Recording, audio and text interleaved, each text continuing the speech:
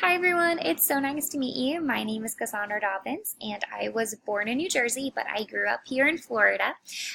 Spent the most of my life here, but we did live 2 years over in Los Angeles, California. My husband is an officer in the Navy and we got stationed over there.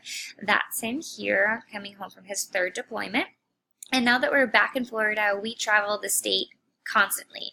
He goes to school at USF, so we're always in Tampa. He is stationed in Jacksonville, so we're always up there.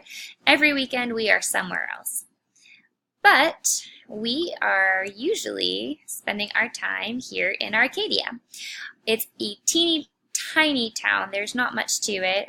We have rodeos and antique shops and a whole bunch of orange groves.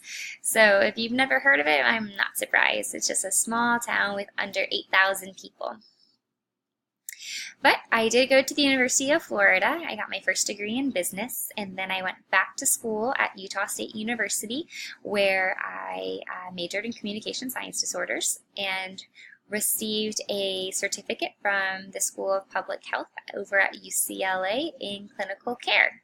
Now I'm here at Florida State, and I am so excited to start my master's program.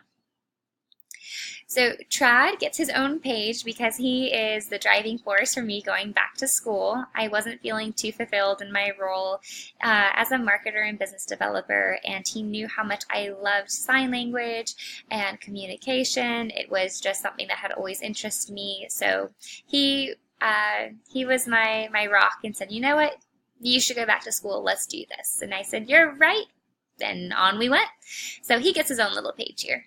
But we are a fun-loving couple. We are really silly. I hope you can tell by some of our engagement photos. And here, this is probably my favorite photo. He had proposed in Iceland under the Northern Lights. It is by far my fondest memory.